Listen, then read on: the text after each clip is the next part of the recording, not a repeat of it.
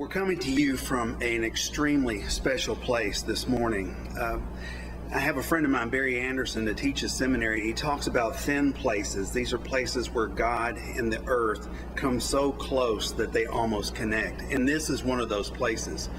We're standing in Mason's Temple here in Memphis, Tennessee on Crump Avenue. And this is where Martin Luther King gave his mountaintop speech on April the 3rd, 1968. The reason I'm talking to you from here this morning is because our sermon series has been on allowing the Holy Spirit to come into your life and what it does to you, and what it unlocks and what it unleashes, and how it makes you such a more powerful Christian. And Dr. King is such a great example of that. And actually the speech that was given here is one of the pinnacles of his time period and how that worked. I'm standing in the podium with my feet on the exact same spot where Martin Luther King gave this last speech. The fluorescent cross that was right behind his head is still here, and the room basically goes unchanged. It was 1968, and there had been a sanitation strike after 2 sanitation workers were crushed.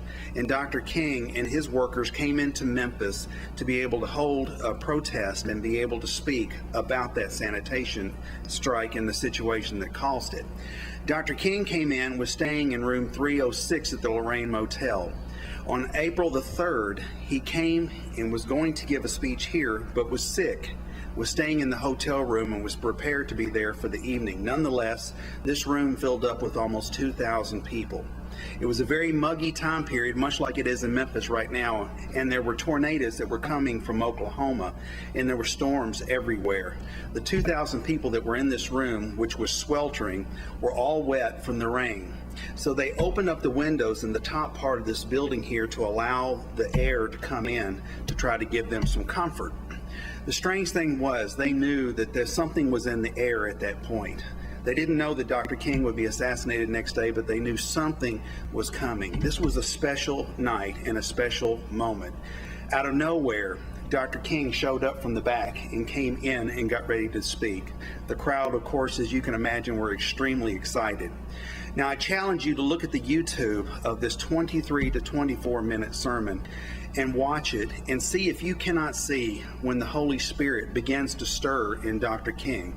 The entire speech is impassioned, and, by the way, not thinking that he was going to speak, he had no notes. So this speech was free-flowing from his mind and his heart and his soul. Somewhere into the speech, he begins to talk about understanding that something was happening in Memphis and something could happen to him. He began to talk about the end of his life. In a moment, you could see in his eyes that his heart lifted, and he began to speak with an impassioned way that it had not been in the rest of the speech. The entire speech was powerful, but this became a resonance of something that was much, much more. He began to talk about that he wanted to live a long life, that longevity was something that you seek for, but he had already been taken to the mountaintop and had seen where they would all soon be. He had been assured by God that promise was coming. At that point, he said that those things didn't matter to him, that he feared no man, and began to say, "I have seen the mountaintop." It's an amazing speech and an amazing point in an amazing life. And no different than Dr. King, we have the same ability to unleash the Holy Spirit within us.